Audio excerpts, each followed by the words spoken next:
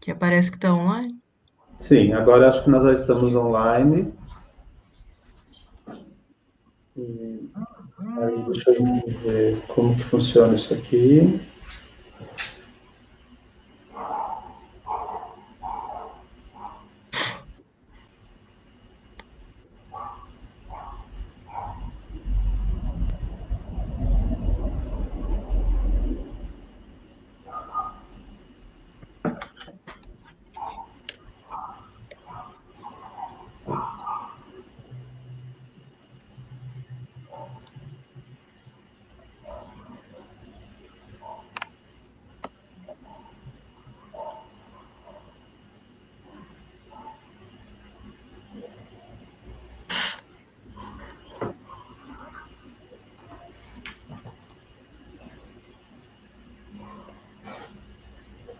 Estamos online, tô vendo aqui.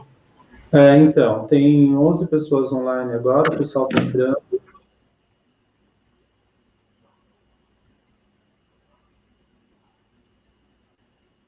Pede para perguntar se estão ouvindo bem, como que tá. Tá. Pessoal, vocês estão ouvindo bem? Podem responder no comentário que eu estou acompanhando aqui.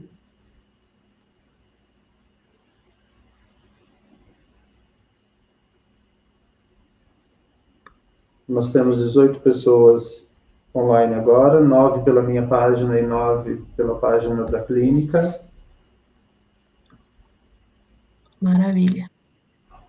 Estão comentando que o áudio está ótimo. O áudio do James. Ah, agora apareceu aqui o comentário para mim também.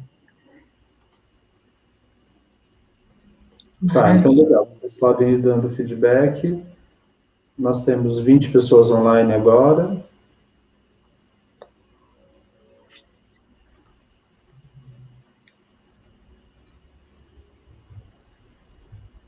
Acho que nós podemos esperar, né, alguns minutos. Faz 2 minutos que nós estamos online para o pessoal chegar.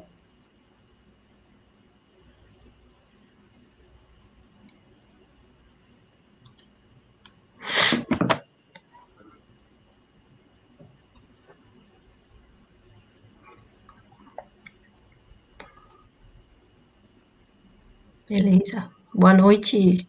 Tem alguém acenando aí.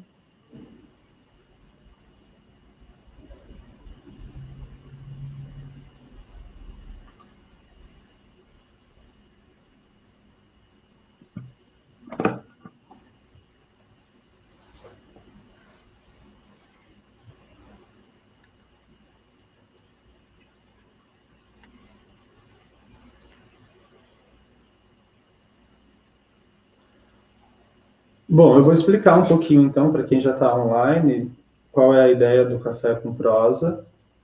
O Café com Prosa, ele surgiu como um projeto que nós gostaríamos de desenvolver aqui na clínica, que se chama Evoluir Psicologia de Saúde, que é uma clínica para atendimento presencial, que agora nós estamos adaptando também para atendimento online, por conta da pandemia do coronavírus. E o Café Online está ganhando uma versão também digital, né? E esse é o nosso primeiro evento, né? E a ideia é que nós tivéssemos encontros um pouco mais descontraídos, só que sem perder o caráter informativo e técnico. Então, a ideia é que a gente consiga conversar sobre a pandemia e sobre o lockdown com dois técnicos, só que de uma maneira um pouco mais acessível, digamos assim. Então, acho que o desafio é a gente ir abandonando aos poucos uma pegada técnica e ficando mais à vontade ao longo da nossa live. Tá? Acho que aí nós três temos cadeira docente, então a ideia é a gente ir se sentindo em casa, né, aos pouquinhos. Eu já estou começando um pouquinho tenso, porque é a primeira live, então, mas daqui a pouco eu já vou estar bem tranquilo e falando bobagem, como eu sempre faço, então isso é normal. Mas a ideia do Café com Prosa, essa é uma live inaugural, né? A gente pretende trazer outras pessoas, eu já tenho, inclusive, outros assuntos engatilhados. Tudo depende dessa experiência de hoje ser positiva e já começamos bem, né? Então, essa é a pegada inicial. Eu espero que os meus convidados, que já foram muito fofos de terem aceitado o convite, se sintam à vontade. E eu acho que a gente pode começar, né, o nosso aquecimento para o nosso bate-papo. Então, para hoje, o nosso tema é lockdown ou isolamento obrigatório. E para isso, eu acho que eu dividi em alguns pontos. Eu acho que primeiro a gente vai começar falando sobre a pandemia do coronavírus. No meu caso, por exemplo, eu estava prestes a viajar quando eu ouvi falar de coronavírus, mas era lá na China, o que, que isso tem a ver comigo? Então eu fui viajar e no meio da viagem, de novo, não tem nada a ver comigo e tá tudo bem, tá tudo tranquilo e de repente, né, eu voltei da viagem e conversando com um amigo que mora em Roma, as coisas começaram a ficar um pouco mais próximas de mim, aí conversando com uma outra amiga que mora na Espanha, que é a Ariane, que é a nossa convidada hoje, o bicho começou a pegar por lá e de repente a gente começou a falar em estratégias de contenção, né? Que é o terceiro momento da nossa conversa, que seria o que a gente faz para conter a disseminação do coronavírus, né? Até chegar no lockdown. E depois, no último momento, que eu não sei se dá tempo para hoje, eu espero que sim, mas se não der tempo, a gente pensa num outro dia, que seria adaptabilidade, né? Do tipo, coronavírus veio para ficar, como que vai ser o mundo depois, né? A gente vai fazer a reabertura, mas a gente vai encontrar um mundo parecido, muito diferente. Como que vai ser o nosso enfrentamento dessa nova situação, né? Eu acredito que isso seja um tema um pouco mais longo, mas eu gostaria que a gente tentasse passar por alguns desses assuntos. Então, acho que a gente pode começar o nosso Café com Prosa com o tema lockdown, né? E para isso, eu gostaria de me apresentar, que eu ainda não fiz isso, para dar tempo do pessoal chegar, né? Então, vamos lá. Eu já vi que os números aqui ficaram mais ou menos estáveis. Então, eu sou professor de psicologia, sou psicólogo clínico, a minha área é a psicocomportamental. Os meus convidados, nós temos hoje a Ariane, que é biomédica, e o James, que é biólogo. Mas aí eu vou deixar para eles contarem um pouquinho do que eles andam fazendo, qual é a área de trabalho deles, então eu vou passar a voz para a Ariane. Boa noite, eu sou biomédica, formada pela FSP, para a Faculdade do Oeste Paulista, na época era FSP, agora é UniFSP, a universidade, que me deixa muito feliz de saber que cresceu e agora, né, é um centro universitário, e atualmente eu faço doutorado pelo programa de patologia na Unesp, de Botucatu, na Faculdade de Medicina, e também estou matriculada, fazendo, né, a princípio eu era um sanduíche, né, que eu estava fazendo aqui na Espanha, na cidade de Granada, e agora estou aqui matriculada, estudante de doutorado, pelo programa de biomedicina aqui também. Trabalhei 3 anos na área de microbiologia, né, iniciação científica, e agora estou trabalhando com oncologia, né, biologia molecular, mas está um pouco tudo interligado, digamos. E agora vou passar a palavra para o Jamie. Boa noite Perdão, boa noite a todos. Gostaria de agradecer ao Jurandir pelo convite, agradecer a disponibilidade da nossa brasileira radicada aí por um tempo na Espanha. Eu também agradeço o convite e vocês, a Essa troca presença. de experiência é fantástica. Bom, de formação eu sou biólogo, Me especializei em imunologia de doenças infecciosas e parasitárias. Sou professor da Faculdade de Medicina da Universidade Federal de Mato Grosso do Sul, em Campo Grande. Sou responsável pelo laboratório de doenças infecciosas e parasitárias. E desde o começo da pandemia, lá começo de março, quando houve todo o espalhamento mesmo da Covid-19, nós já começamos a nos articular de como que a gente poderia contribuir nesse contexto que tem sido um desafio diário aí para todo mundo. E, mais uma vez, agradeço aí a tua disposição, Júlia. Valeu, obrigado. Gente, também deixo aqui os meus agradecimentos, né? Aliás, foi um trampo, né? Conseguir conciliar a agenda de vocês dois, principalmente pelo fuso horário. Eu e o James estamos mais confortáveis agora, porque é 7h13 para o James, para mim ainda está no horário tranquilo, para a Ariane já é madrugada, então, obrigado, Ariane, por se disponibilizar. Imagina. E assim, vocês foram muito receptivos com o convite, isso é muito legal.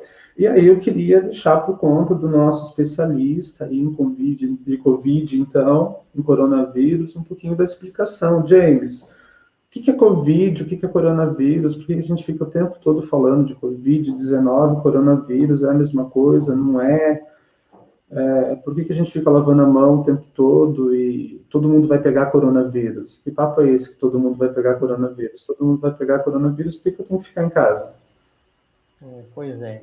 Essa história do coronavírus, ela começou, na verdade, no início dos anos 2000, tá? Em que você teve uma síndrome respiratória aguda grave provocada por um novo tipo de vírus, que passou a se denominar coronavírus, por conta do aspecto de coroa que morfologicamente ele tem, então a carinha dele, que todo mundo já viu aí nas redes sociais, né, aquela carinha bem feinha, porque ele tem essa coroa, né, de proteínas na sua superfície, e ele teve esse nome. Então, nós tivemos umas infecções graves, mas muito limitadas, no Sudeste Asiático, no Oriente Médio. Então isso ficou mais ou menos ali naquela época e de repente, agora em 2019, em dezembro de 2019, foi identificado um caso de um paciente lá em Wuhan que apresentou essa forma grave, né, dessa síndrome respiratória aguda, e aí foram fazer a identificação viral e viram que se tratava então de uma nova espécie, vamos dizer assim, né, de um novo vírus, e aí passou a se chamar, então, novo coronavírus. E é um SARS-CoV, que é o nome dele, né, que é o coronavírus responsável por essa síndrome respiratória, é chamado de 2, porque já tinha um, aliás, não era nenhum, né, só existia um SARS-CoV. E agora, em 2019, ficou como SARS-CoV-2, que já é uma outra, ou vamos dizer assim, uma outra espécie de coronavírus.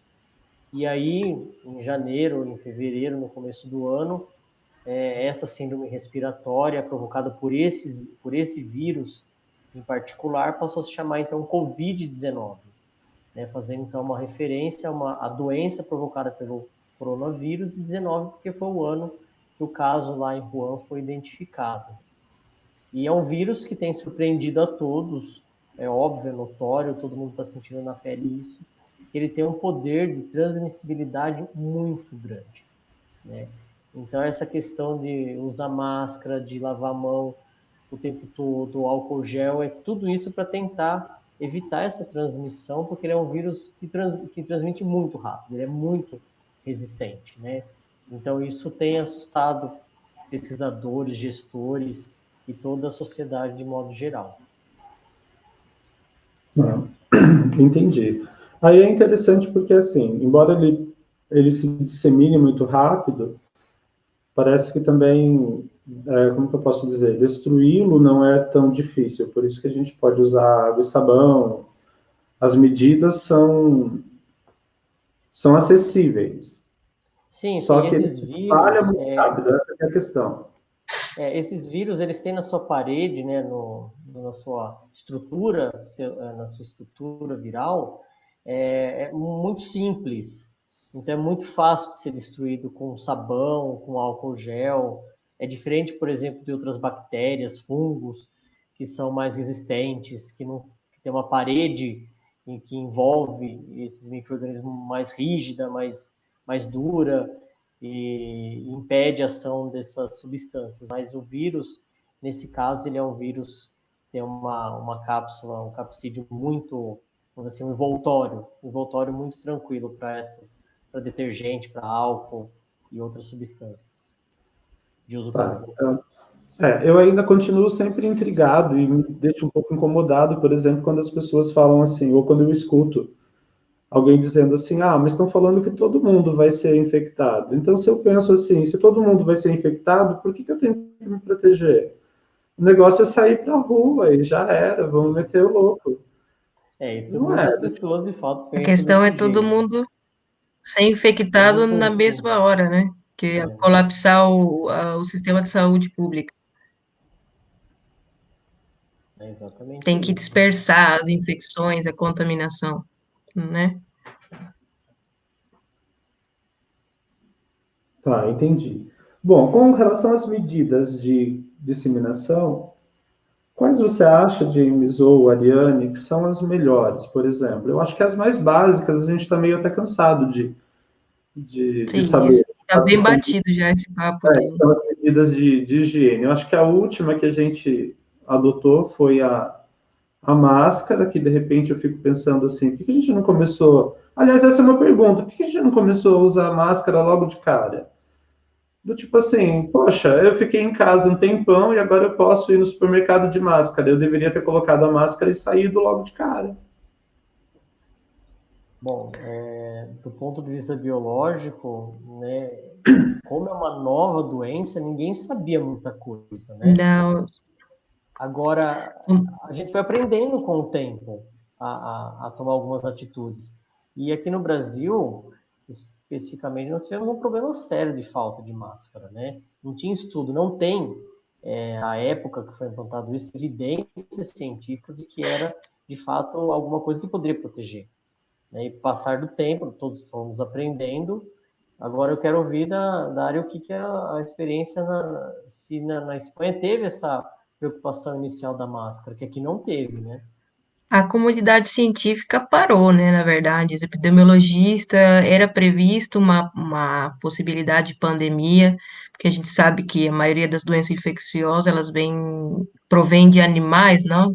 Que salta, ele se adapta, né? Salta para um outro organismo, se adapta e começa a causar uma infecção mas a gente não tinha a ideia real, né? Então a gente foi pego de uma forma que quando teve o H1N1, por exemplo, ele começou a ter, mas não era tão contagioso como o Covid, né?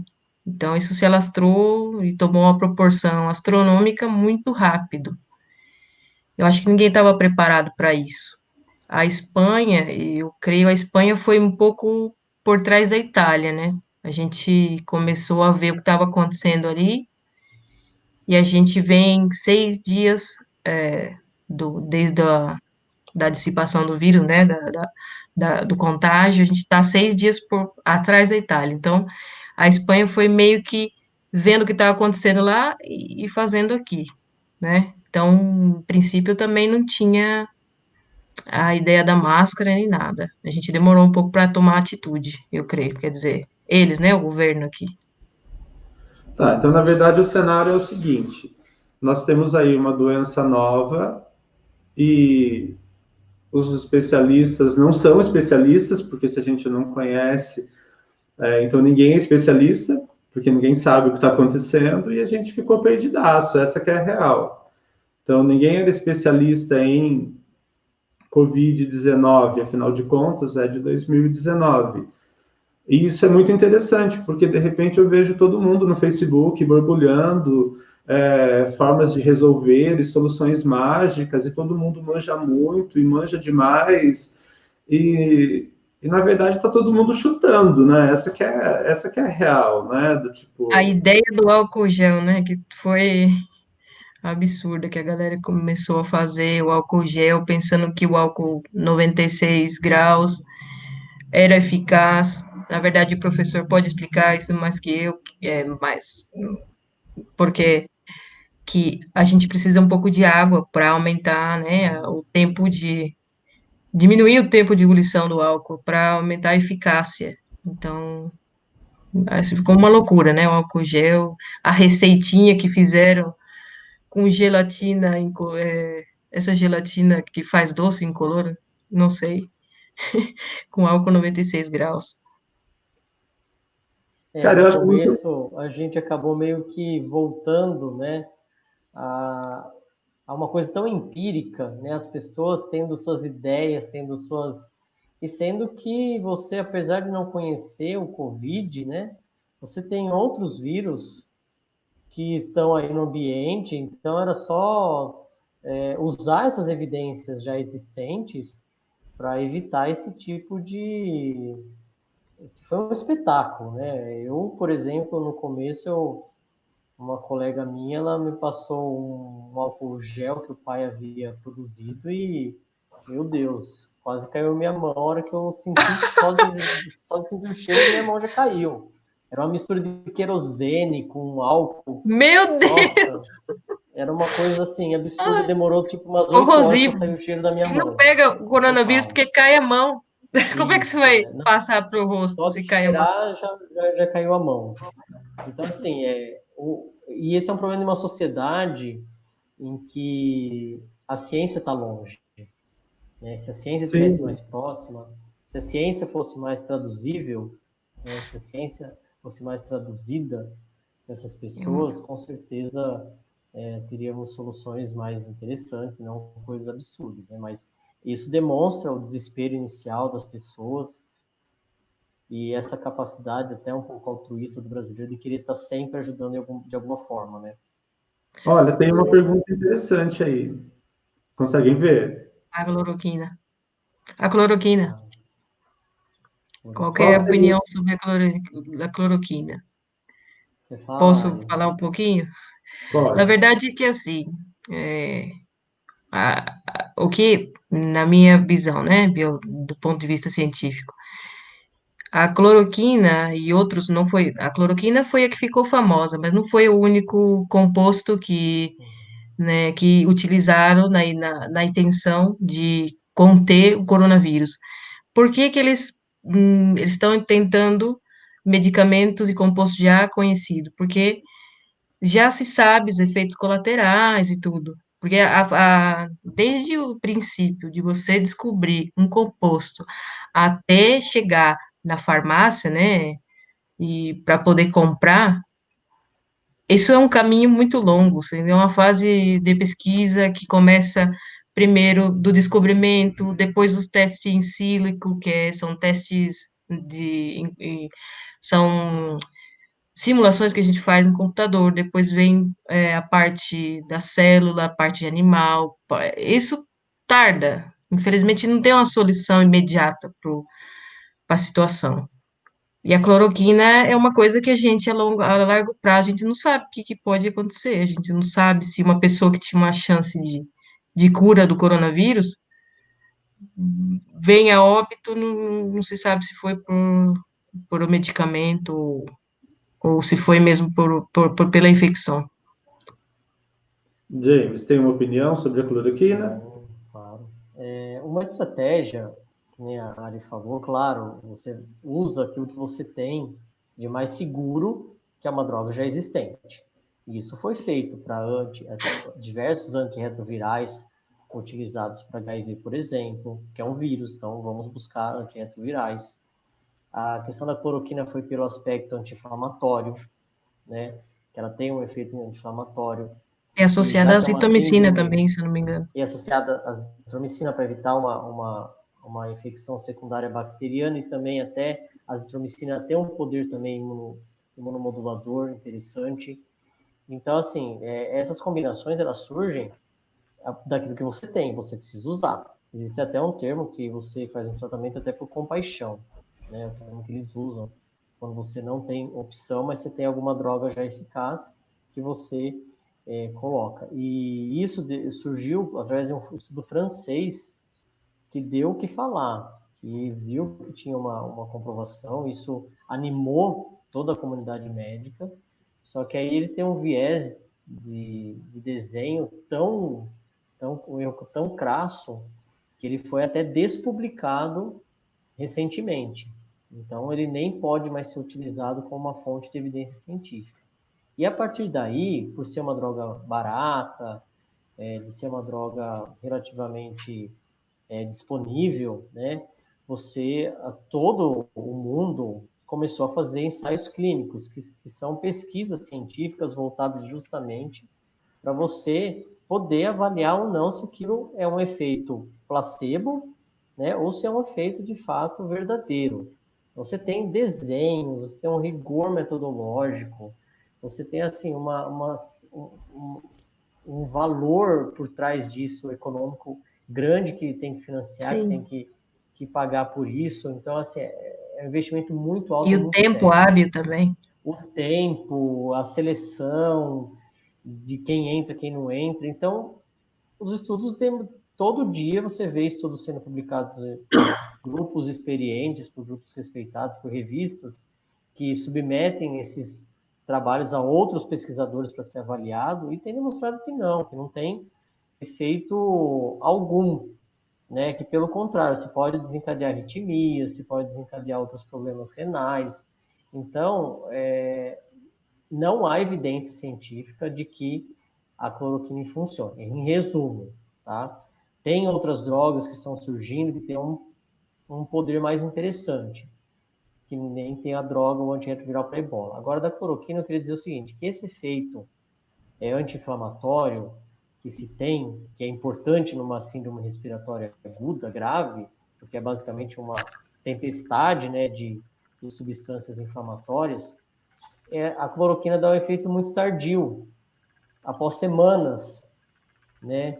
Então, possivelmente, o efeito anti-inflamatório da cloroquina não funciona numa fase aguda da doença, né? Então, embora teoricamente ela seja bacana por ter esse aspecto, na verdade o efeito é muito tardio. Então, ela não funciona. Então, os estudos têm mostrado que não está funcionando porque justamente o efeito é mais tardio. Então, não adianta você usar uma droga para efeito imediato se ela não tem esse efeito imediato. Então, e as pessoas também que estão falando que estão salvando, sendo salvo pela cloroquina, às vezes quem tomou fazia parte daquele grupo É de que os dados 80% de também, né? pessoas. Os dados não dá para comparar por causa das subnotificações e a Isso. quantidade de teste que estão fazendo aí, que é uma quantidade irrisória, né? Perto Uhum. do número de casos que é real. Na verdade, eu não creio que nenhum dado até agora foi real, né? A gente vai saber isso talvez pela pesquisa do anticorpo de memória, Uhum. mas não dá para saber, né, o dado real. Então, Eu acho que liberar a cloroquina, assim, é um pouco vil, né?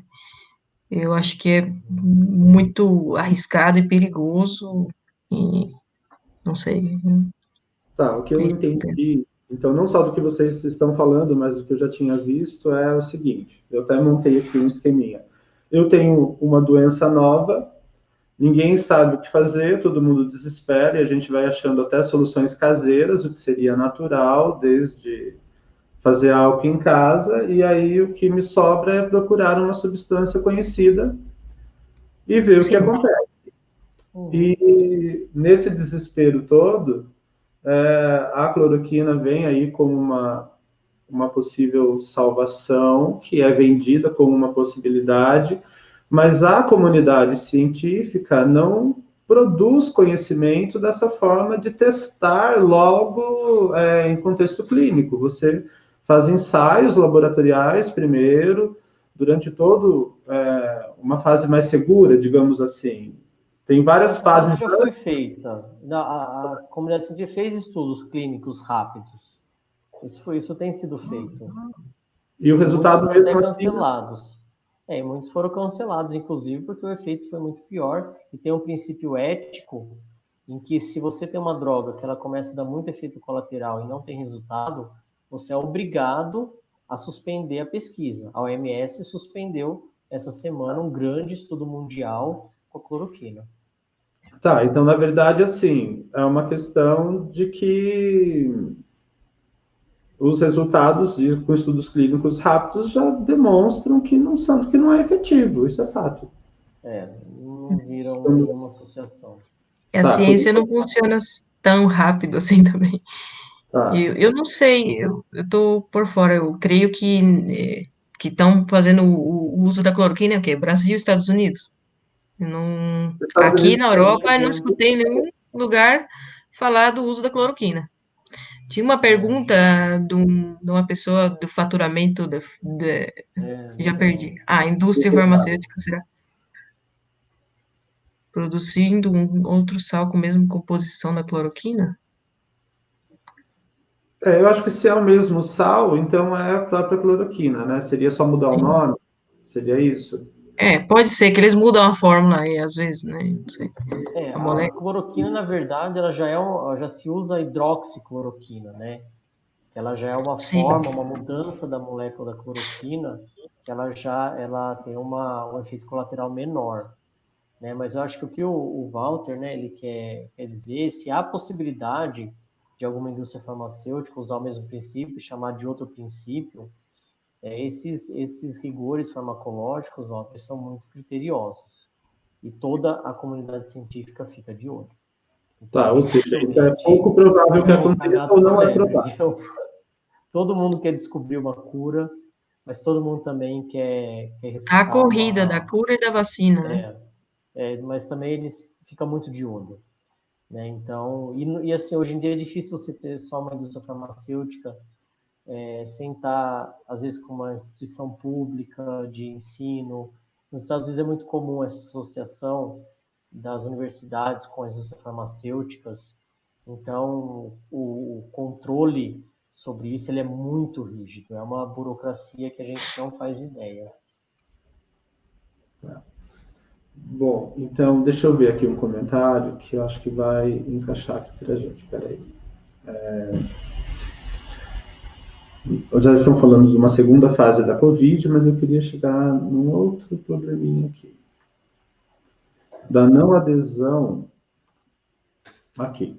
Além da postura do governo federal, que nega a gravidade da situação que estamos passando referente ao Covid, que atrapalha a adesão ao isolamento, quais outros fatores explicariam a não adesão de boa parte da população brasileira ao isolamento? Eu acho que a gente poderia É uma antecipar um pergunta pouquinho. interessante. Mas eu acho que a gente poderia antecipar um pouquinho, antes de responder isso, um outro assunto que Hum, seria a nossa outra parte, que são as estratégias de contenção, né? O isolamento, né? Por que é importante o isolamento?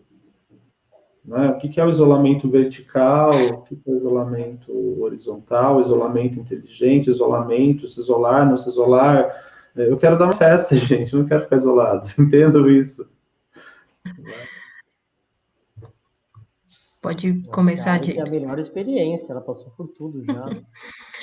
Bom, eu não sei esses termos, sinceramente, vou ser honesta, não sei qual a diferença, mas a experiência que eu tive aqui, foi bem dura. Eu acho que a Espanha, acho não, isso foi comprovadamente, a Espanha, depois de Wuhan, foi o lockdown, o isolamento mais severo que a gente teve, né? Incluso mais forte que a Itália. Olha que a Itália falou que ia sair com lança-chama no povo.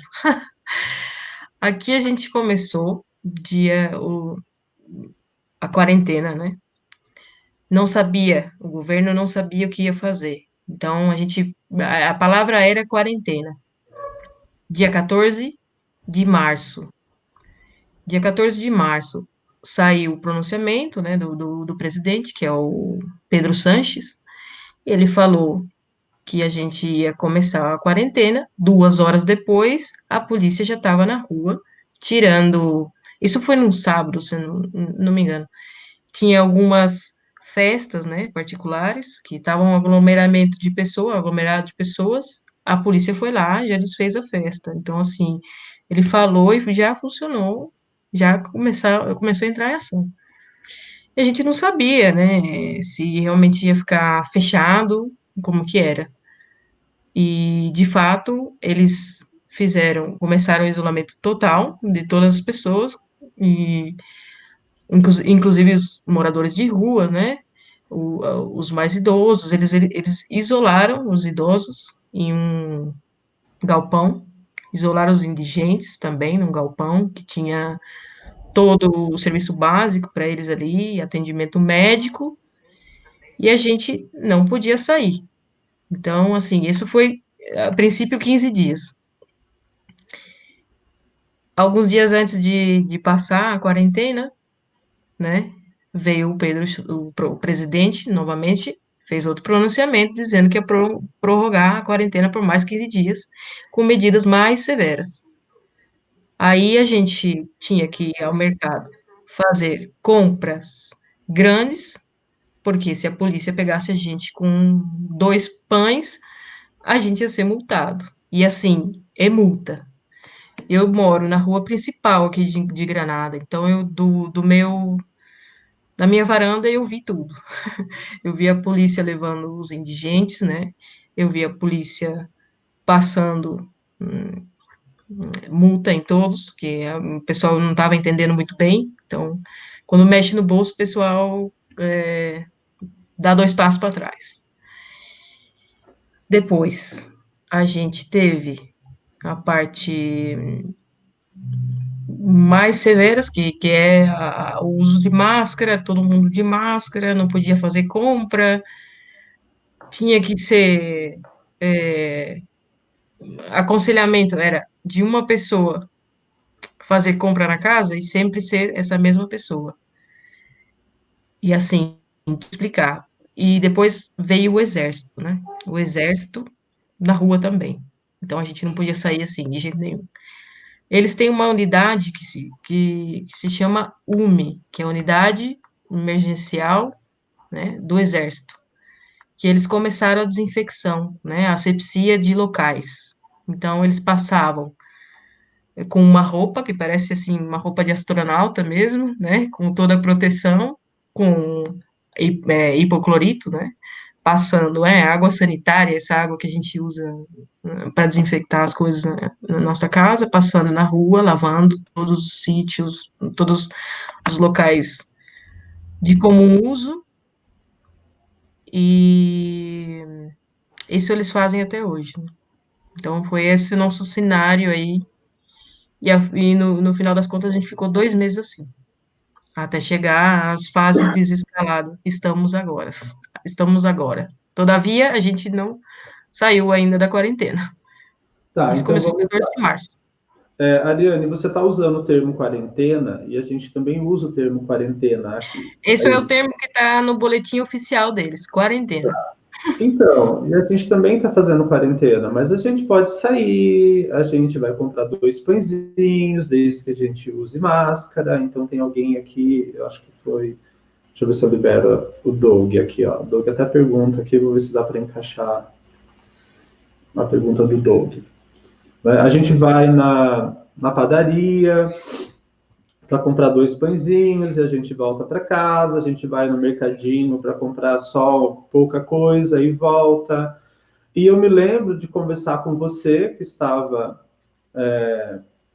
aí em Granada, e com o João Marcos em Roma, e vocês estarem totalmente confinados. E, assim, é muito diferente a situação. Tipo, hoje, por exemplo, eu estou aqui na clínica, eu estou na recepção da clínica, não estou em casa. Então, eu peguei o meu carro, eu evitei o contato com pessoas, mas eu desci até a clínica porque é um lugar mais tranquilo. E eu não precisei passar por nenhum soldado ou algo parecido para mostrar um documento e me justificar do porquê que eu estou indo até a clínica, porque aumenta o meu conforto de uma transmissão online na recepção da clínica, porque lá eu vou ficar sozinho.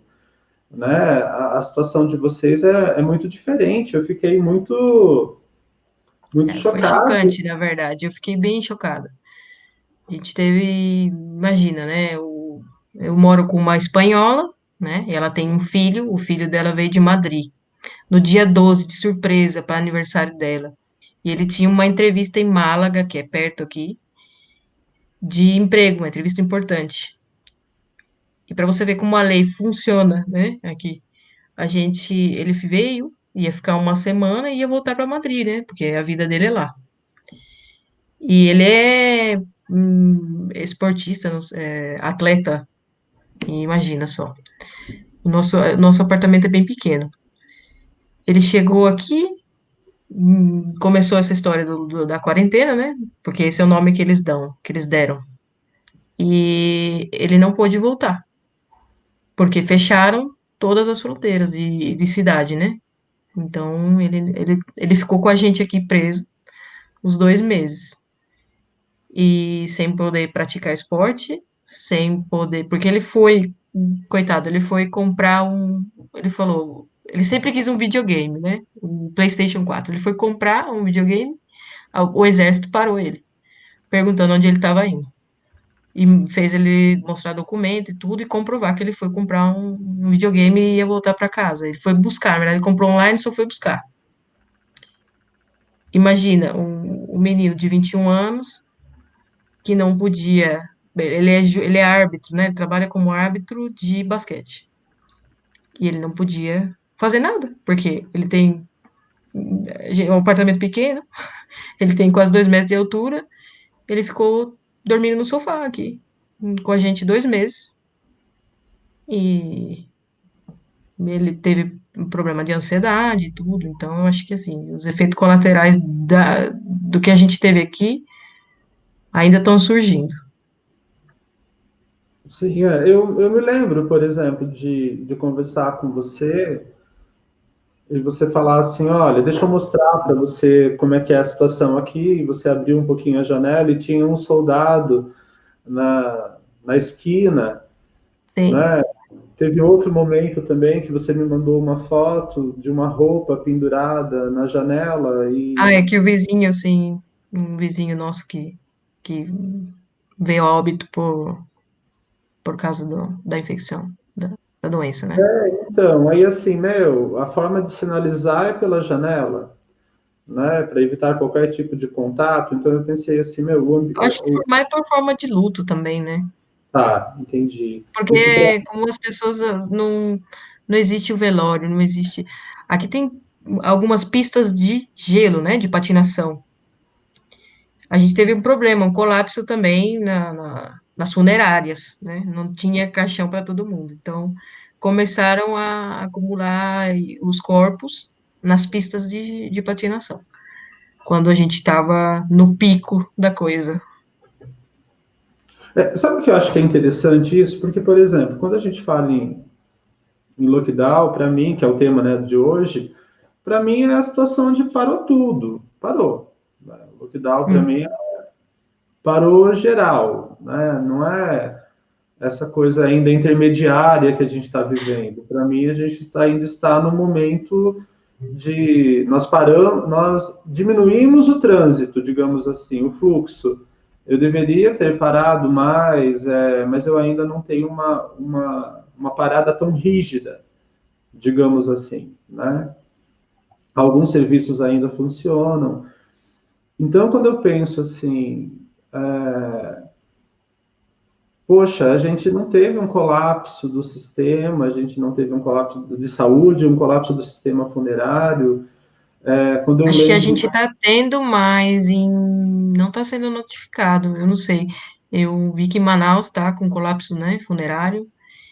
E, claro, as UTIs estão superlotadas. E, pelo menos na Unesp de Botucatu, estava 100%. isso, essa é uma outra coisa que eu acho que fala um pouquinho assim acho que era a pergunta, né, que eu pulei para a gente poder falar um pouquinho do lockdown primeiro, do porquê que a gente não adere, talvez, né, por que a circulação ainda se mantém. Nosso país é muito grande e a gente não vê, por exemplo, assim, Comparado, né, com aqui, do tipo assim, 4 4 vezes. o Acre existe, gente. né? Do tipo, é É, uma piada tosca, mas assim, eu tenho que lembrar que eu estou tomando café em casa, né? Que a ideia era que a gente fosse mais descontraído, mas assim, a gente parece que não tem essa dimensão do outro, sabe? Como que eu posso dizer? Está muito distante da minha realidade. Então, como eu estou em Avaré e aparentemente Avaré está tudo tranquilo, Uhum. parece que o que está acontecendo em Manaus não faz parte da minha realidade. Entende? Assim como um dia o que estava acontecendo na China era coisa da China, não tinha nada a ver comigo. Então, o que acontece em Manaus continua não tendo nada a ver comigo. Como eu vou com pouca frequência para São Paulo, continua não tendo nada a ver comigo. Só tem a ver comigo quando eu falo com a Ariane. E aí a Ariane tem um rostinho, ela tem um endereço, tem uma história. E aí eu tenho um temor pela minha amiga, né? Aí a coisa fica séria. Mas se eu não tenho esse contato mais próximo, é como se fosse mentira, uma invenção, uma simplesmente uma questão política. Alguém jogou uma fake news gigantesca e agora a gente vive em cima de uma ilusão, né? Não sei, é a minha opinião, da impressão que é essa. Então, será que a gente tem que chegar num ponto mais crítico para começar a mudar de postura? Não sei, é algo para pensar. A impressão que eu tenho é que, claro, que o Brasil é um país de proporções continentais, né? E espera-se que os picos eles vão ocorrer em diferentes momentos, em diferentes localidades, tá? Agora, enquanto acontecendo mesmo, a sensação é essa. Tá tudo bem, que as máscaras não estão sendo utilizadas. Em Campo Grande, que acho que nós somos o último estado com menor casos, né, atualmente, você tem um relaxamento total no comportamento das pessoas. Só que agora, uma semana para cá, já está tendo uma inversão. Um já está contaminando três. E isso é muito grave. É muito grave. Então, a impressão que eu tenho, eu compartilho com você, Júlia, é justamente essa. Enquanto você não está vendo com seus olhos o problema, você não está sentindo. E aqui, como é tudo muito disperso, a densidade populacional ela é bem baixa, comparado com a Espanha, é, ela falou, comentou, o vizinho, entendeu, colocou uma roupa para sinalizar alguma coisa de morte, isso é muito pesado, né? Então, você viver na pele é uma coisa. Como você não vive, e nós temos uma política atual que desacredita das evidências, então você fica naquele em quem acreditar, né? Então a polarização política ela ficou em primeiro plano, diferente, acredito eu, do que aconteceu na Espanha, né? Que a coisa é séria, a coisa foi mais unida em termos de diálogo entre os poderes, entre as instâncias de saúde. Então, são realidades muito diferentes mesmo, que dá, da minha visão, essa noção de tranquilidade. Até quando cada cidade vai viver o seu próprio momento. E isso é bom, de certa forma, aqui no Brasil.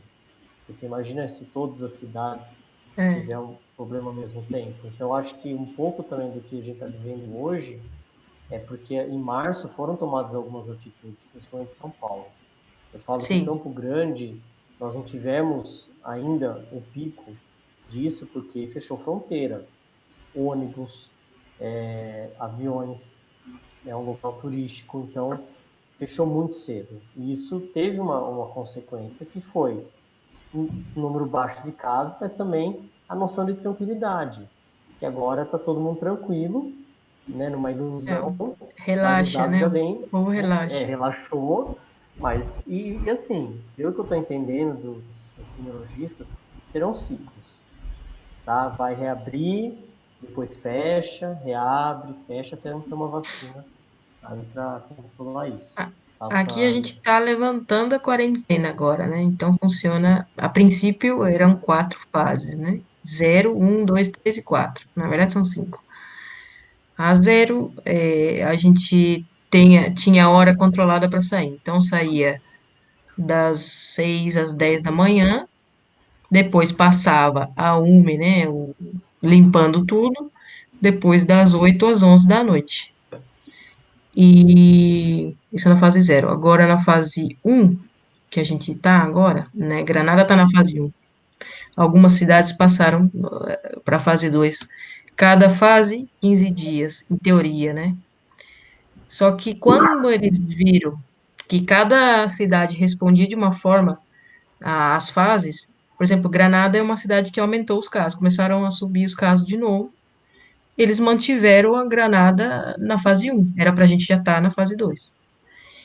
E na fase 2 abriram os locais que tem terraça, né, que é onde eles podem se reunir ao ar livre, com metade da capacidade. Então, se um bar que tem uma terraça, tinha 20 mesas, agora tem 10. E ontem, isso acho que aconteceu ontem, eu até achei engraçado, que eles colocaram aqui o sentido, né? Desse lado da minha calçada só vai, do outro lado só vem, para que as pessoas não cruzem, né? Uma boa. Então, eles pintaram a rua, eu achei tão engraçado isso. Colocaram os 2 metros, né? Então a polícia está vigiando se a galera está fazendo isso na rua. E a gente pode se juntar em ar livre até 10 pessoas. Vamos ver que dia que a gente vai passar na fase 2. A gente não sabe. Outras cidades passaram e a gente não. Madrid está na fase zero ainda, se eu não me engano. Ou seja, né, tudo vem da ideia do novo. Né? Nós não sabíamos como lidar com a situação da disseminação, aí não sabíamos qual substância, ainda não sabemos qual substância que poderia ajudar aí no tratamento, assim como a gente também não sabia qual era a melhor forma de fazer esse isolamento, se parava tudo, ou se parava só alguns setores, assim como agora a gente também não sabe como fazer as coisas voltarem ao normal. E pelo jeito também não será é, de uma maneira homogênea. Então, assim, Não deveria ser, eu acho. então, como que eu começo a imaginar que, assim como a Espanha encontra uma diferença, por exemplo, de uma cidade para outra, o estado de São Paulo também vai implementar uma mudança agora na abertura de novo dos comércios, de que uma cidade, enfim, primeiro vão abrir os comércios até 200 metros quadrados, depois de 15 dias, enfim, também tem um planejamento de fases. Não dá para a gente esperar que vai ser uma coisa tão.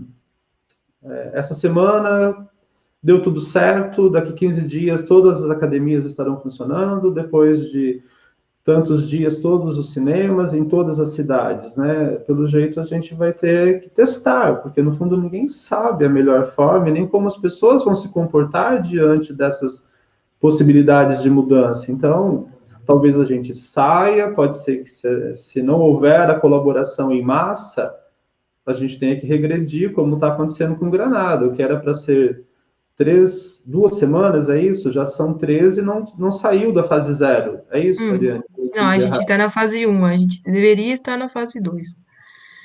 Tá. E a gente só vai saber, a gente só sabe se a gente passa para outra fase no final de semana. Então, vamos ver se esse final de semana ele vai falar alguma coisa. Se Tem uma, alguns per- critérios forem atingidos, passa-se de fase, senão volta de novo. tem uma pergunta aí, ó, boa pro James. Essa Sim, da Juliana, sim. não é fake news não, viu, Juliana? Tá acontecendo sim. E isso é esperado, tá? É esperado que haja mesmo, porque é o que eu disse no começo, a gente não sabe nada. Estamos aprendendo cada dia uma lição.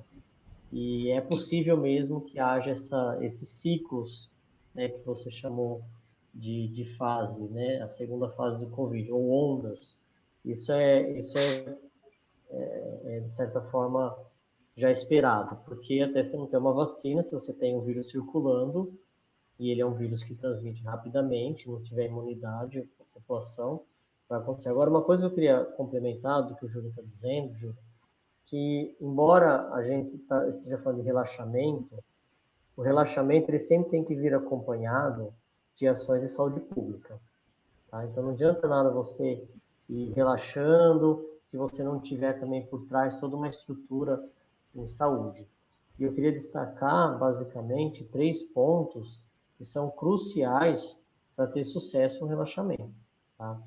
O que teoricamente algumas cidades vêm fazendo, e eu tenho visto, tenho participado aqui em Campo Grande de ações como essa, que tem, de certa forma, contribuído para o número baixo de casos que nós temos aqui na capital do Mato Grosso do Sul. Primeira coisa, testagem ampla. Tá? Você tem que ter Sim. testagem ampla. Você precisa, aqui tem drive-thru, aqui tem os servidores de hospitais sendo testados. Olha Então, que isso legal. favorece você isolar a pessoa rapidamente infectada. Às vezes, a Sim, maioria, a gente está pegando até indivíduo assintomático, não tem sintoma nenhum. Então é sim, importante isolar precocemente essa pessoa, né, para você não contribuir para a infecção. Barreira sanitária também é super importante, se aferir temperatura, fazer teste rápido em quem está com sintoma, para você, de certa forma, também contribuir para a diminuição da transmissão do vírus. Então, o governo às vezes pensa e fala muito do lado econômico, essa coisa toda, mas você tem que caminhar junto com essas ações, né?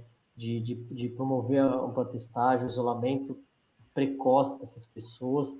E todo mundo está querendo saber se já teve contato ou não, e até tranquilizar psicologicamente as pessoas, né? Sim,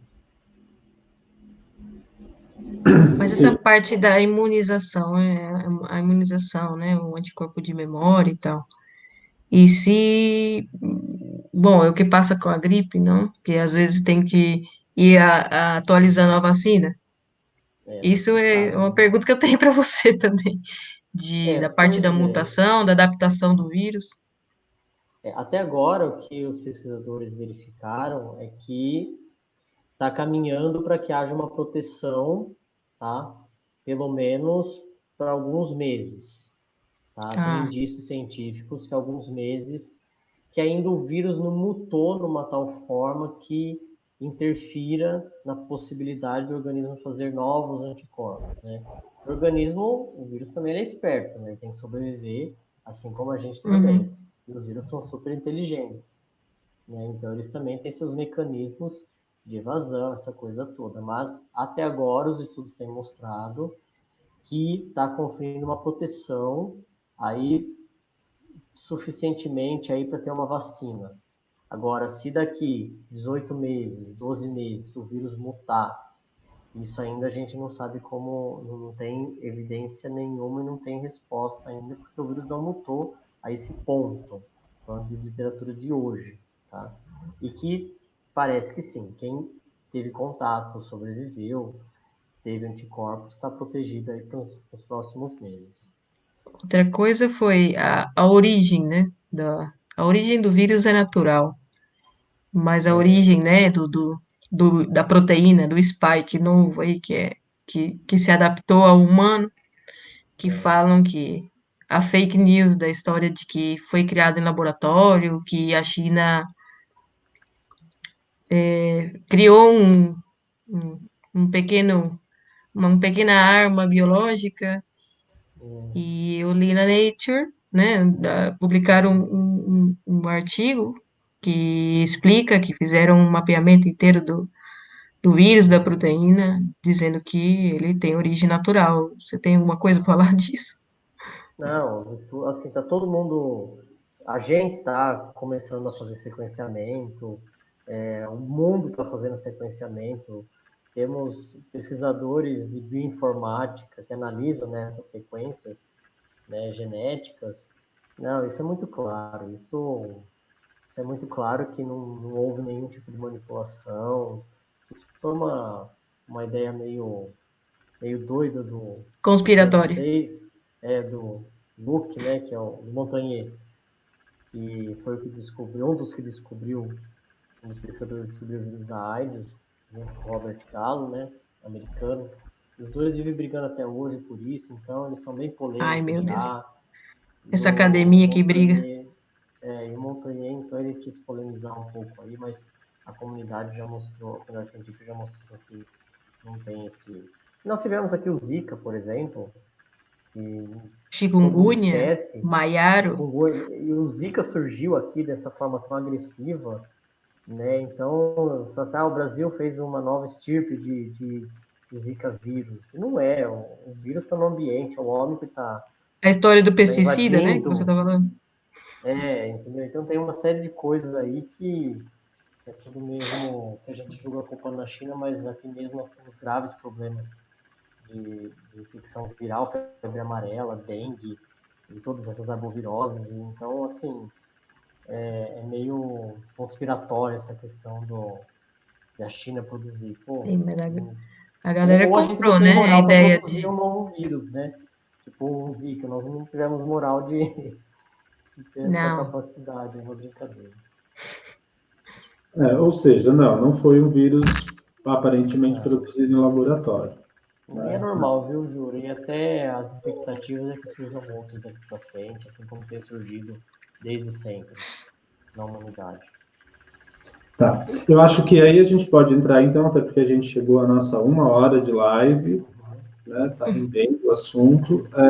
A gente pode chegar no segundo ponto, que talvez a gente tenha que evitar uma contaminação em massa muito rápida para a gente não chegar no lockdown, né? Que seria o fechar completamente, com o que a Espanha está chamando de quarentena, né? a princípio eles chamavam, agora sinceramente eu não sei, nem sei mais o que eles chamam, agora estou chamando de fase, já nem Tá. sei mais.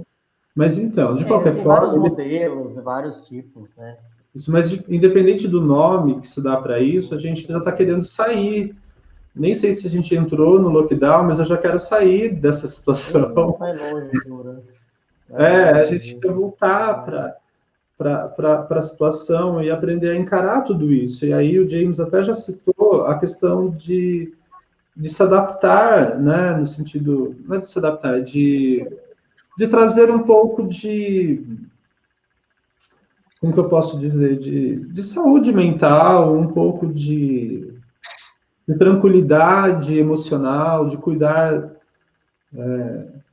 das nossas questões emocionais. Aí eu começo a pensar assim, eu acho que é importante a gente falar um pouco de adaptabilidade, porque eu vejo assim, o coronavírus ele mudou a nossa vida de uma maneira muito brusca, né? De repente, o mundo de incertezas e o meu mundo estava, embora tivesse muita coisa ruim, ele funcionava mais ou menos de uma forma. E agora eu não trabalho mais, eu estou dentro de casa e tudo é uma ameaça, né? Do tipo, eu não abraço mais, né? Eu até vou colocar aqui o comentário do Renato, acho que é uma pergunta. Né? Boa noite. O distanciamento social, o uso de máscara facial, álcool gel, gera um comportamento de desconfiança, um certo egoísmo. Como trabalhar isso sem ficar neurótico e perder a empatia? Como lidar com a vontade do toque? Eu acho que nós entramos num momento onde, uau, eu não sei mais o que fazer. Do tipo, não é que eu não sei o que fazer. O que eu fazia antes já é arriscado. Do tipo, eu já não Olha, posso. Renato, a sua pergunta é de US$ 1 milhão, viu?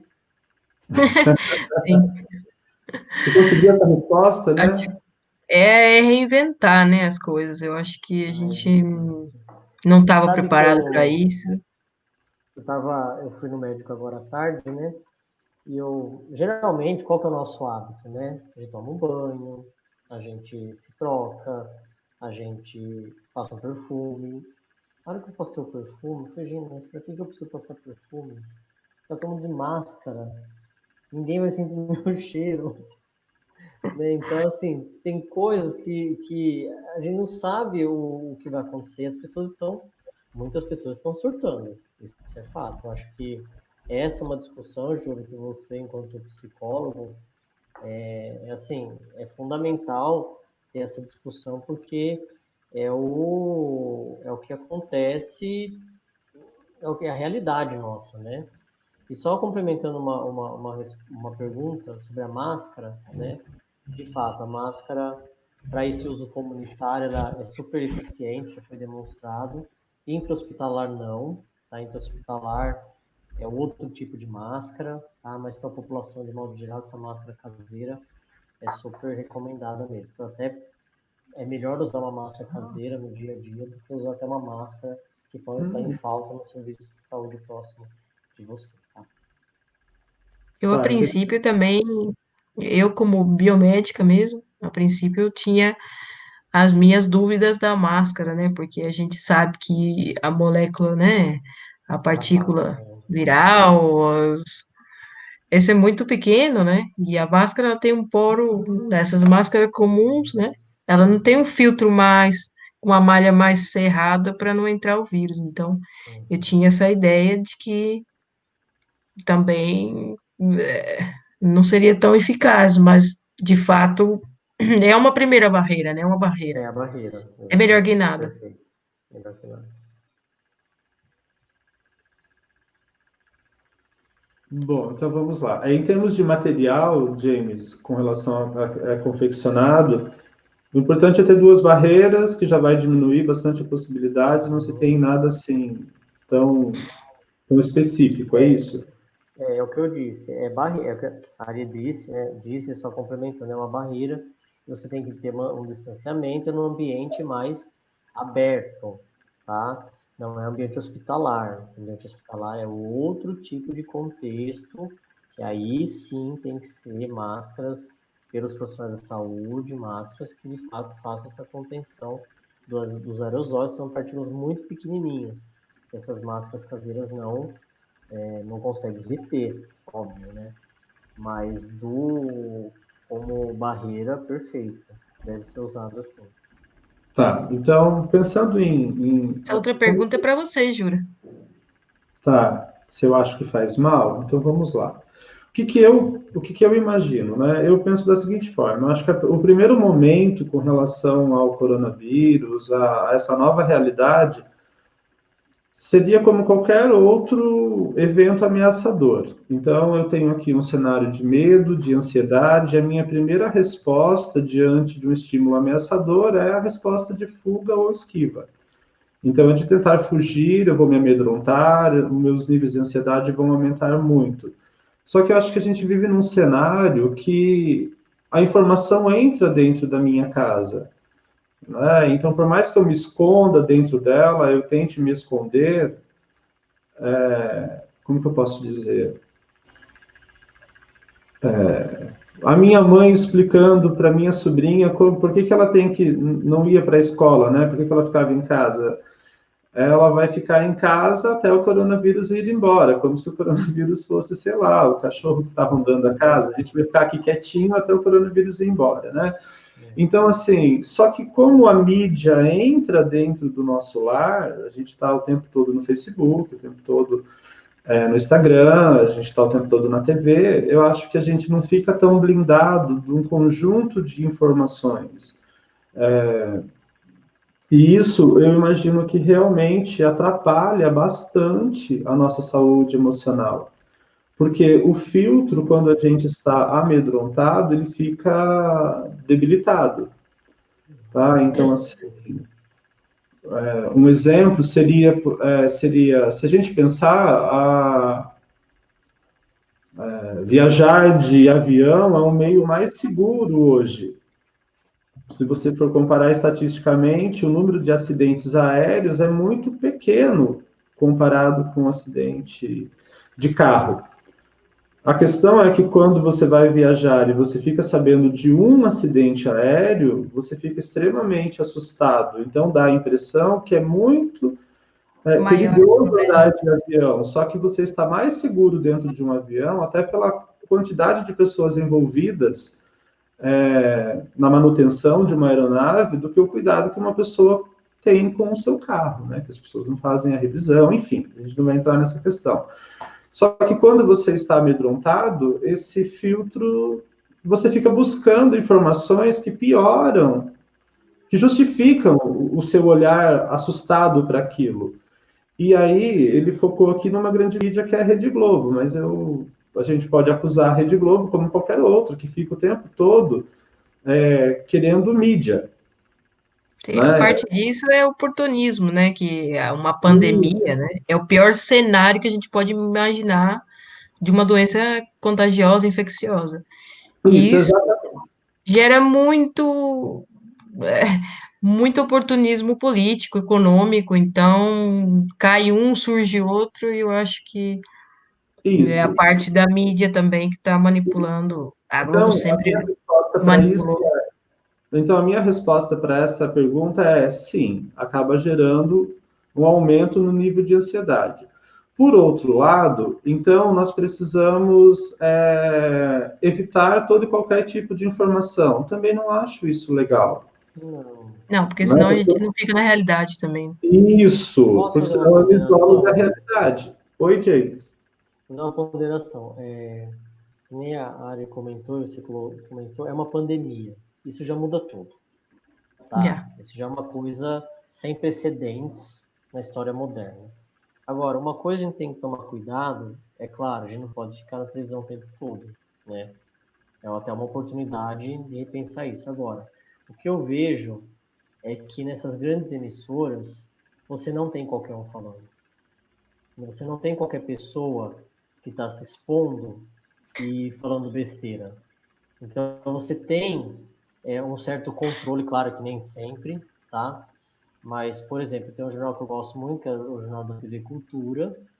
Gente, você tem pessoas que estão te falando, tem A cultura entrevistados é da maravilhosa. Fiocruz, e mesmo alguns canais, CNN, Globo News, Globo, SBT, Sim, eu vejo que eles estão chamando os maiores especialistas para falar, né? sim. Então, por outro lado, isso traz uma segurança, tá, na informação que está sendo dada.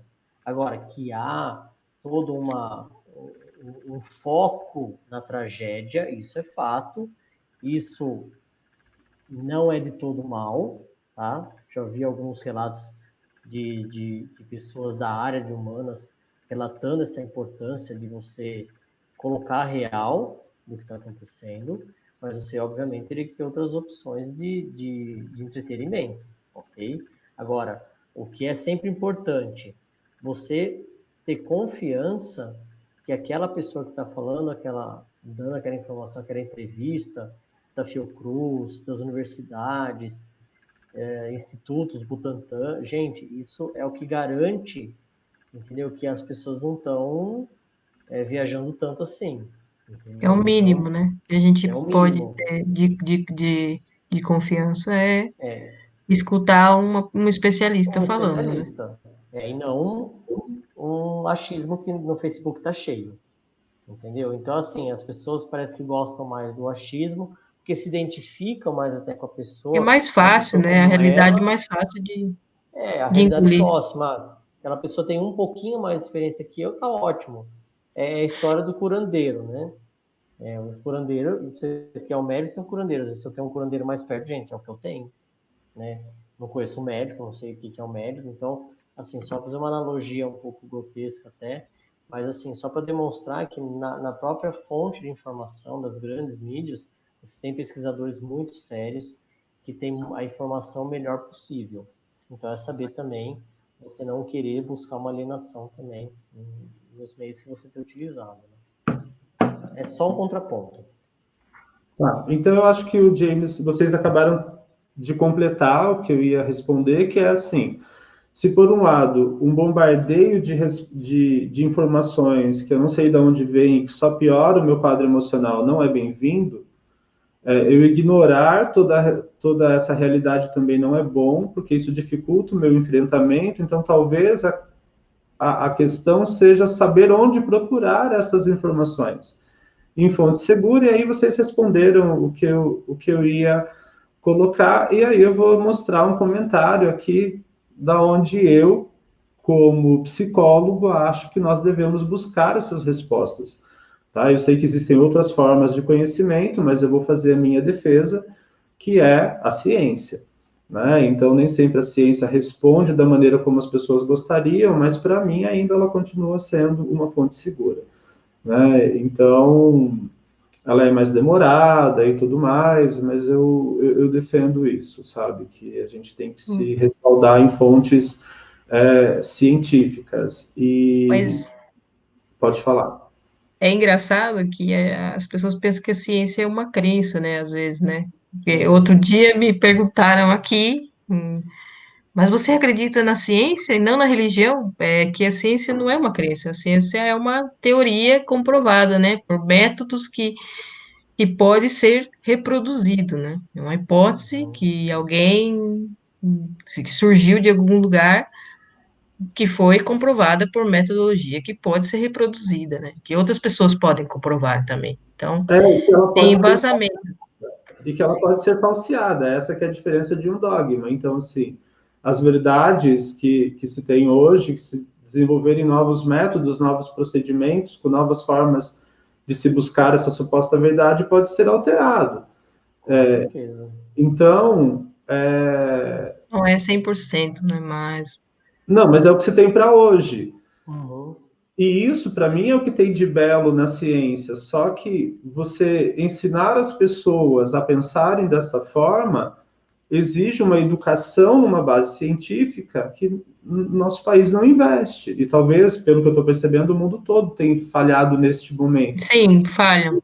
E o James apontou isso em um momento das falas. Se a ciência fosse mais acessível, talvez nós tivéssemos uma outra forma de compreender o mundo, né? Mas ela não é desta maneira. Aí uma amiga colocou um comentário aqui, ela disse que, olha, eu estava dando aula, eu até vou colocar ela aqui, a Maureen, cheguei atrasada, mas cheguei, eu estava dando aula.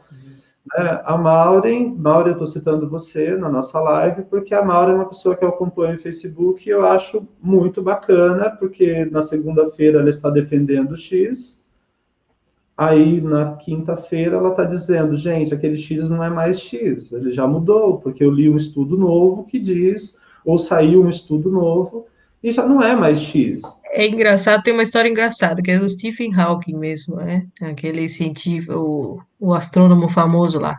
Ele mesmo revogou a teoria dele de doutorado. Então, assim, ele aprimorou, né?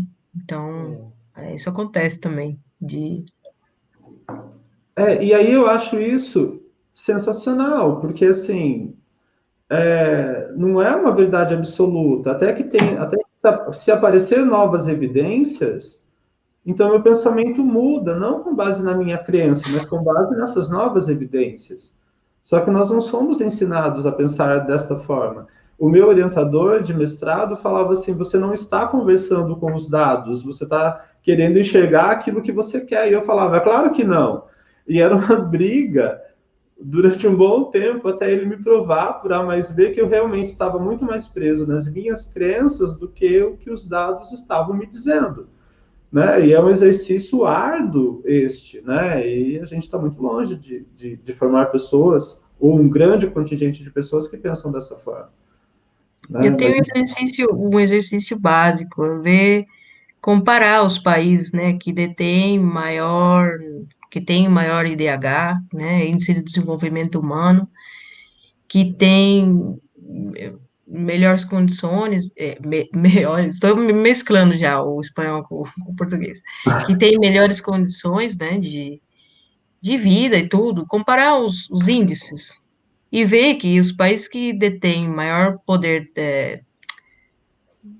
tecnológico e científico são os países que têm mais desenvolvimento, né, que têm mais condições de vida boas e tal. Então, acho que é assim, uma coisa meio inteligente de se pensar, investir em ciência e tecnologia. Sim, e aí como eu acho que o Facebook permite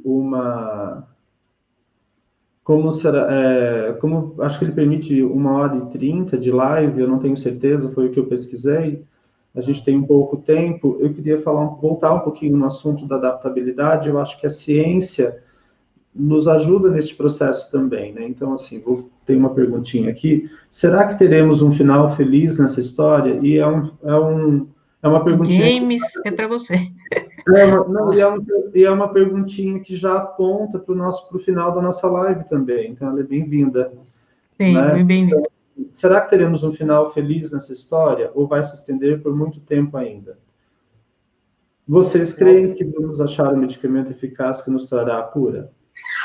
Final feliz depende, né? Porque eu sou otimista, eu acredito que sim, mas eu não perdi ninguém ainda, muito próximo. Então a questão da É felicidade, ela relativo, também né? é relativo, né? E é muito duro, essa é uma realidade muito dura. Agora, eu tenho certeza que logo nós teremos sim uma vacina, pela quantidade de estudos que estão sendo feitos. Então você tem aí na casa de dezenas, tá, de estudos sendo realizados, inclusive no Brasil, para vacina. E quando você tem, eu acho que eu nunca vi uma mobilização científica tão grande, tá? Acho que na história recente aí você não teve isso, você não teve um pouco no Brasil da Zika, tá? Mas estou falando em nível mundial, tão rápido, tá? Então eu acredito que não é possível que dessas dezenas, já na quase 30 vacinas sendo testadas, não é possível que uma não Que não funcione, saia nada. que não saia nada. Então, e apesar de tudo, nós temos vários legados que com certeza essa pandemia está deixando. O Brasil está se movimentando em termos de ciência, o governo está sinalizando equipar alguns laboratórios, então isso tem um lado positivo, sim. Então eu acredito pelo lado otimista, tá? Então respondendo pelo meu lado otimista, eu acho que nós vamos ter uma boa saída. Claro que tudo tem um custo. A gente não pensa só em morte, a gente pensa em problemas econômicos gravíssimos, Sim. mas eu penso que sim, nós teremos uma vacina aí para 2021, vai. Porque o Brasil está fazendo algumas coisas erradas em termos de política, que isso tem atrasado um pouco essas vacinas chegarem no Brasil mais precocemente, né? Nossa, James, um comentário que eu acho que completa a sua fala, então eu vou mostrar ele aqui também. Tá? Eu acho que eu nunca vi tanta chamada extraordinária para doutorado, mestrado, pesquisa, de tudo quanto é tipo. E eu acho que todo cientista da área biológica foi tentado a entrar, a ajudar de alguma forma, né? De Com alguma forma, certeza. compartilhando. E tem também os oportunistas, mas eu acho que todo cientista da área biológica quis ajudar de alguma forma. Seja compartilhando informação, ou entrando em um grupo de pesquisa, mudando a área, sendo voluntário, o que seja. A galera tá Eu vou trabalhando ser em massa. sincero, nunca gostei de vírus, viu? Nunca. Gosto de Nunca gostou Covid. de vir. Mas E agora, a gente diz que a gente tem que servir para alguma coisa, né? Mas eu gosto de doença respiratória. Que E o que me bom, chamou viu? uma coisa que me chamou na Covid foi as sequelas pulmonares que ele deixa no pulmão e é o que eu estudo. Eu estudo sequelas Ah, vê? pulmonares. É isso, é Então, incrível isso como a me ciência está assusta. ligada uma com a outra. Todas as áreas são importantes, todas. Todas. Você Você vê vê que um isso que é físico legal, que né? tá. Ah, o cara, o teste mesmo, né? A PCR é Uhum, feita de uma proteína de uma bactéria que vive no extremo lá naquele Yellowstone, né? Que encontraram essa bactéria lá. uhum, Porque a gente, para fazer o PCR, a gente precisa de uma temperatura muito alta para replicar o gene e tal. uhum. E nenhuma proteína era capaz de sobreviver a essa temperatura, né? Que são, acho que 96 graus, né? Já não É, lembro mais. 92, 95, Sim. por aí. E para você ver, né? O que tinha na cabeça de fuçar lá e encontrar uma bactéria extremófila que vivia a tantos graus? Ninguém imaginava. Então, assim, foi um astrobiólogo, não sei, né? Quem foi que descobriu a termos aquáticos, né? Acho que é esse o nome da bactéria. É uma bactéria termófila, né? Mas é E isso. graças a essa descoberta, a gente tem agora, né, o diagnóstico que está ajudando a pandemia. Isso é É, incrível. que é extremamente complexo, né, que as pessoas não fazem ideia do quanto é difícil, laboroso fazer um teste desse, né? Sim, E fica isso com bolha no dedo tudo. é bem complicado mesmo. Gente, eu tô naquele momento onde eu tô vendo você, onde eu estou observando vocês dois conversarem, e eu tô assim, ai, como eles são fodas, eles são meus amigos. Ai, imagino. Que lindo, eu tô A naquele gente momento, tá babando um no outro aqui, porque a gente naquele também. momento que eu já E tô na assim. verdade, Jura, é assim, é gostoso a gente conversar num ambiente mais fora das amarras Formalidade. acadêmicas. Então tem sido muito agradável, até do ponto psicológico mesmo, que eu acho que é um dos no intuito A do gente precisa disso, porque podcast. a ciência tem que chegar na comunidade. A gente tem que divulgar e da forma mais leiga e mais fácil de entender possível. Eu acredito nisso. Então, eu tô. Não, agora eu vi vocês conversando, eu fiquei pensando assim, poxa, eu quero mais, com certeza teremos outros temas. Mas antes da gente pensar só em vacina, eu queria fazer um comentário, né? Que independente de nós termos uma vacina, eu acho que a gente passou pela fase do medo, estamos passando ainda pela fase do medo, ansiedade, de não conseguir filtrar muito bem que informações é, a gente a gente filtra, que informações a gente acredita. Eu acho que a gente tem ainda está vivendo esse momento difícil, mas eu também acredito muito na nossa capacidade de enfrentamento, né?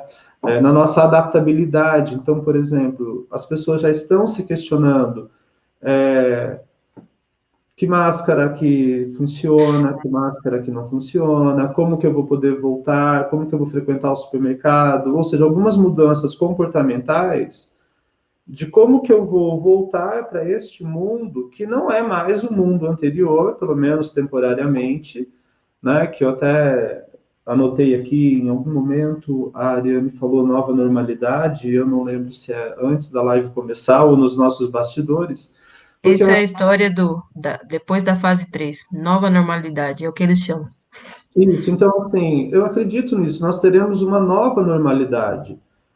E nós temos que começar agora a pensar mais sobre essa nova normalidade. Do que nós vamos precisar para nos adequarmos a essa nova normalidade. Aí entra de novo na pergunta do Renato, né? Do tipo, mas essa falta de abraço, essa falta de afeto, será que vai gerar um egoísmo? Eu acredito que nós vamos nos adequar a um que a Luciana colocou aqui. A Luciana já veio com a história de que é ciência, agora ela me volta com a história do novo normal, né? Eu acho que nós estamos caminhando para este novo normal, né? Júlio, e Então, até aproveitando que o Tony comentou, a paciência, né? Porque eu acho que paciência não, que ele colocou, como que é? Ai, meu Deus, não era paciência, era disciplina, disciplina. Hum. A gente precisa ser mais disciplinado mesmo. Então, sim. Na nessa verdade, nova essas normalidade, medidas eu também sempre deveriam colocaria. existir, né? Não tão grave É, assim, mas lavar a mão, coisa. E eu acho que isso vai render estudos aí por décadas e décadas, porque na parte social, a parte psicológica, as crianças que passaram por isso, é tipo o acidente de Chernobyl. Até hoje rende assunto ainda. uhum, é verdade. Gente, o nosso tempo está se esgotando, temos 2 minutos, então eu vou agradecer aos espectadores que ficaram aí numa média o tempo todo, ficaram com a gente até o final, muito obrigado. E aos convidados, quero mais, mas aí eu quero café de verdade. Eu já estou começando a ficar com vontade de deitar e ficar à vontade de verdade, sabe? Pela primeira live eu acho que eu fiquei um pouco tenso, mas eu já estou ficando bem tranquilo. Eu quero repetir a dose muitas vezes e sou todo gratidão. Muito obrigado, Ah, eu Eliane. também. Muita gratidão. Agradeço bastante. Foi uma Parabéns, Jura, delícia, pela Jura. iniciativa. Tá? Nossa, eu Eu não só sei não nem tomei como. café porque eu tô proibido, tá? Mas na próxima eu vou tomar, tá? Toma uma cerveja. Ah, top! Vamos colocar cerveja e prosa. Nossa, Cerveja aí, com prosa. aí não vai Aí prestar. desanda, aí. Eu já vou ficar desandado nas próximas, porque eu vou ficando mais à vontade, aí já era, entendeu? A gente pode fazer na Já. madrugada, aí tira o filtro. Eu já tô na madrugada aqui, não faz mal. É verdade. Gente, mas é isso. Eu acho que eu não sei nem como desliga isso direito, mas muito obrigado. Depois a gente continua conversando nos bastidores. Ao pessoal que ficou até o final, muito obrigado também. Deixem comentários sobre os próximos temas que vocês gostariam de ouvir, porque a ideia é que a gente continue com o nosso Café com Prosa e de uma maneira cada vez mais descontraída. Tá? Obrigado a todos e até breve. Boa noite, Obrigado. obrigada. Boa noite, Tchau. pessoal. Tchau.